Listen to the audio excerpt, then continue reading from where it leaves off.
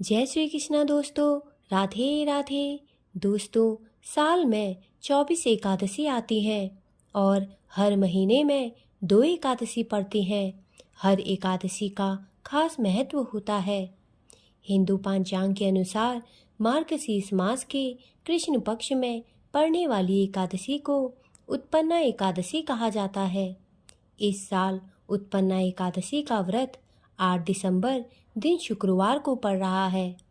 इस दिन एकादशी माता का जन्म हुआ था, इसलिए इसे उत्पन्ना एकादशी कहा जाता है। एकादशी माता भगवान विष्णु का ही स्वरूप मानी जाती हैं।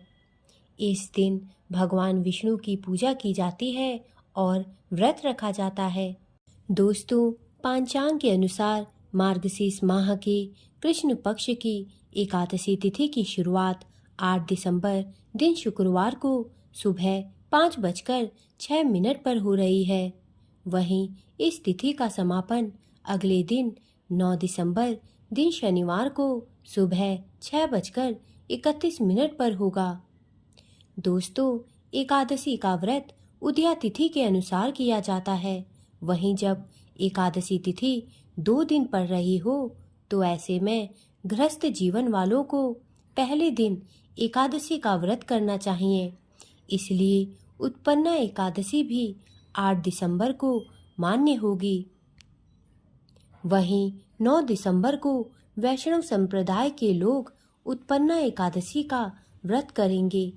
वैष्णव संप्रदाय की पूजा पाठ के नियम अलग होते हैं। दूजी एकादशी यानी वैष्णव एकादशी के दिन सन्यासियों संतों को एकादशी का व्रत करना चाहिए।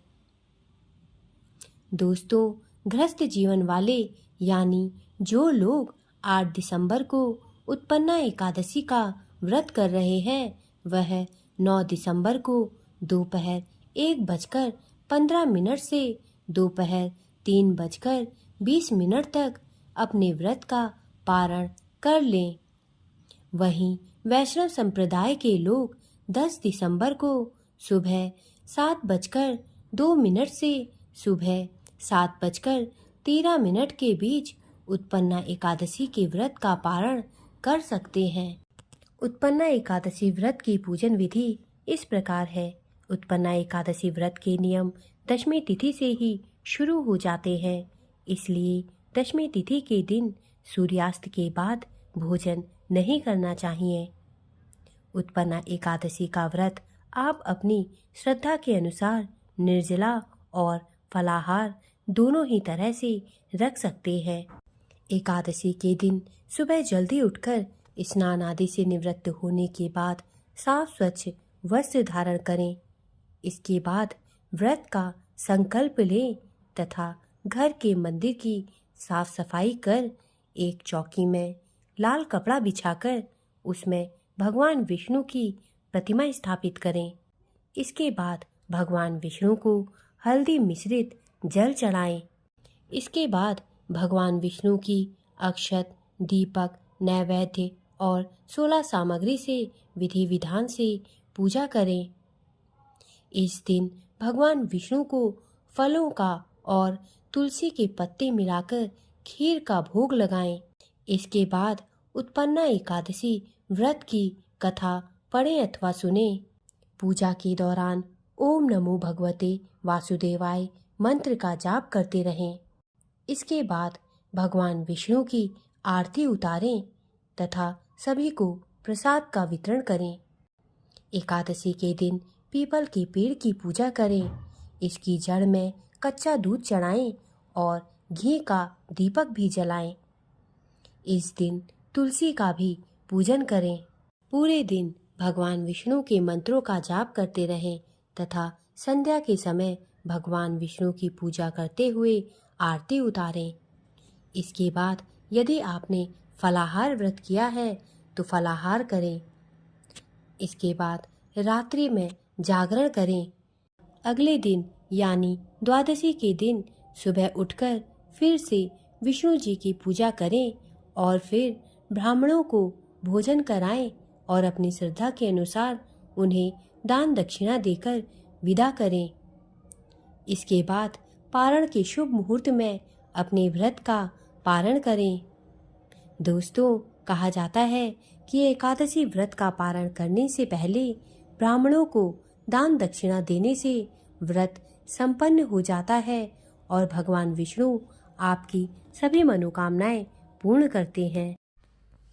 दोस्तों, उत्पन्ना एकादशी के दिन कुछ उपाय करने से घर में सुख समृद्धि आती है तथा कारोबार में वृद्धि होती है। दोस्तों, कारोबार में तरक्की करना चाहते हैं तो उत्पन्ना एकादशी के दिन 5 गुंजा फल भगवान के सामने रखकर उनकी पूजा करें। पूजा के बाद उन गुंजा फल को अपनी तिजोरी या गल्ले में रख दें। घर की सुख शांति बनाए रखने के लिए उत्पन्ना एकादशी के दिन अपने घर के मंदिर में दक्षिणावर्ती शंख की स्थापना करनी चाहिए और उसकी रोली, धूप, दीप आदि से पूजा करें। अगर आप किसी भी तरह की स्वास्थ्य संबंधी समस्याओं से बचे रहना चाहते हैं तो इस दिन तुलसी की जड़ की थोड़ी सी मिट्टी लेकर उसे पानी में डालकर उससे स्नान करना चाहिए। फिर साफ पानी से स्नान करके साफ सुथरे वस्त्र पहने। दोस्तों, उत्पन्ना एकादशी व्रत के कुछ नियम होते हैं जो इस प्रकार है। उत्पन्ना एकादशी के दिन भगवान विष्णु के लिए व्रत रखकर उनकी पूजा की जाती है। यह व्रत 2 प्रकार से रखा जाता है, निर्जला और फलाहारी या जलीय व्रत। सामान्यतः निर्जला व्रत पूर्ण रूप से स्वस्थ व्यक्ति को ही रखना चाहिए। अन्य या सामान्य लोगों को फलाहारी या जलीय उपवास रखना चाहिए। दिन की शुरुआत भगवान विष्णु को अर्घ्य देकर करें। अर्घ्य केवल हल्दी मिले हुए जल से ही दें। रोली या दूध का प्रयोग ना करें। इस व्रत में दशमी को रात्रि में भोजन नहीं करना चाहिए। एकादशी को प्रातः काल श्री कृष्ण की पूजा की जाती है। इस व्रत में केवल फलों का ही भोग लगाया जाता है। दोस्तों, एकादशी भगवान विष्णु की साक्षात शक्ति है। जिस शक्ति ने उस असुर का वध किया है जिसे भगवान भी जीत पाने में असमर्थ थे। इस दिन भगवान विष्णु के अंश से एक योग माया कन्या के रूप में प्रकट हुई थी जिनका नाम एकादशी रखा गया।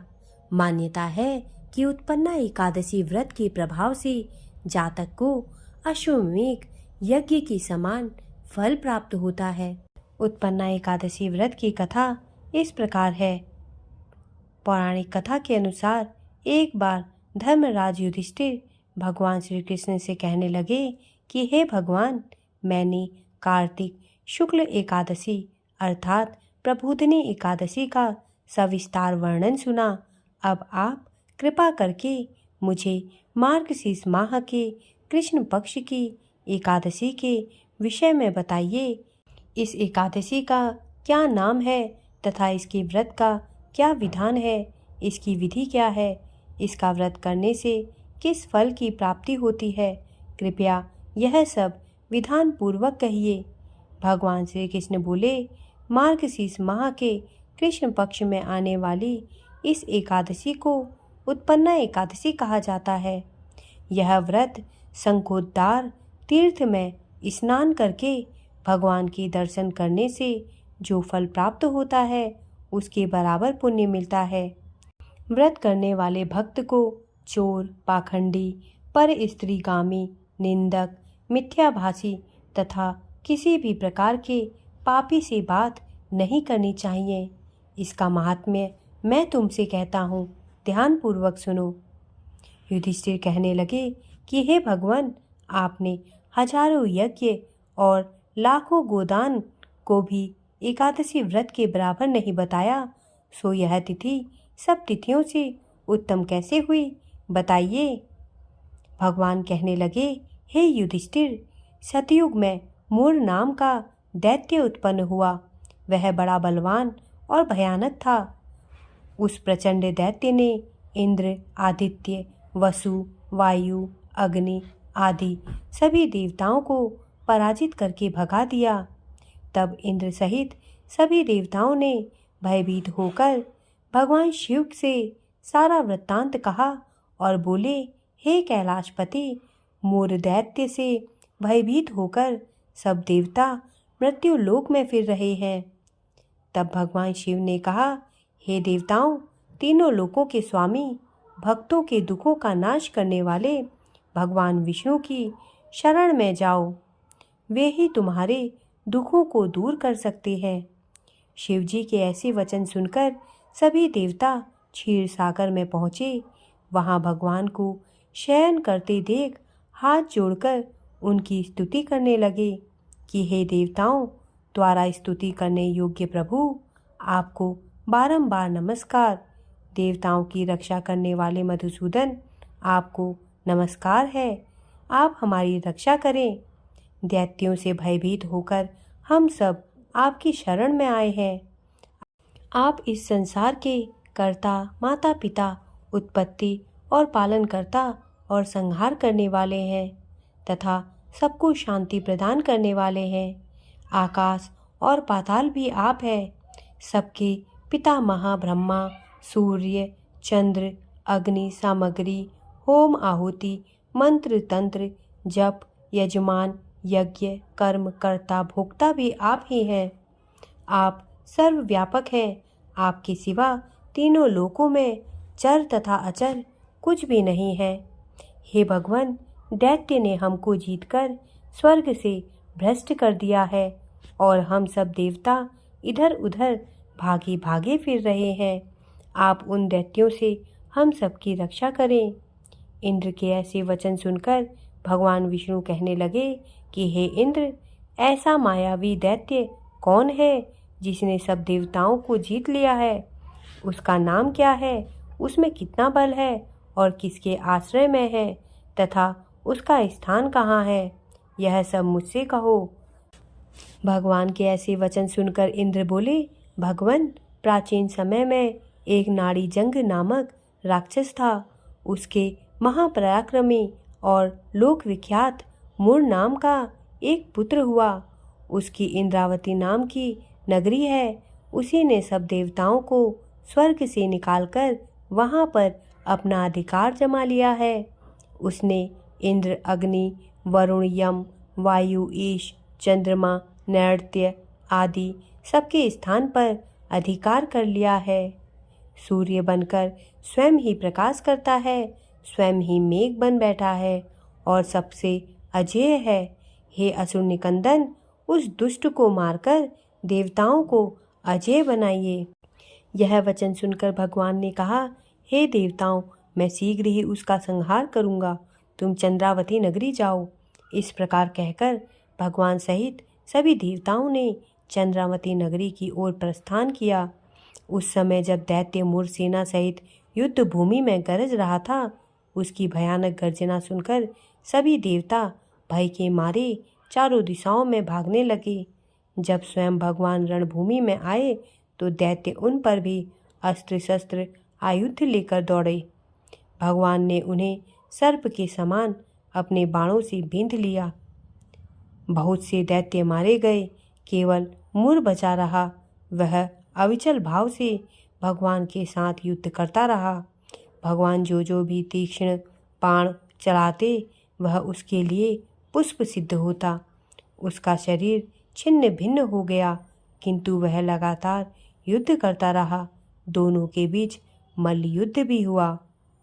10,000 वर्ष तक उनका युद्ध चलता रहा, किंतु मूर नहीं हारा। थककर भगवान बद्री का आश्रम चले गए। वहाँ हेमवती नामक सुंदर गुफा थी। उसमें विश्राम करने के लिए भगवान उसके अंदर प्रवेश कर गए। यह गुफा 12 योजन लंबी थी और उसका एक ही द्वार था। विष्णु भगवान वहाँ योग निद्रा की गोद में सो गए। मूर भी पीछे पीछे आ गया और भगवान को सोया देखकर मारने को उद्यत हुआ। तभी भगवान के शरीर से उज्ज्वल कांतिमय रूप वाली देवी प्रकट हुई। देवी ने राक्षस मूर को ललकारा, युद्ध किया और उसे तत्काल मौत के घाट उतार दिया। श्री हरि जब योग निद्रा की गोद से उठे तो सब बातों को जानकर उस देवी से कहा कि आपका जन्म एकादशी के दिन हुआ है, अतः आप उत्पन्ना एकादशी के नाम से पूजित होंगी। आपके भक्त वही होंगे जो मेरे भक्त होंगे। दोस्तों, मेरे द्वारा दी गई जानकारी यदि आपको अच्छी लगी हो तो कृपया मेरे चैनल को सब्सक्राइब करें तथा मेरे वीडियोस को लाइक करें। धन्यवाद।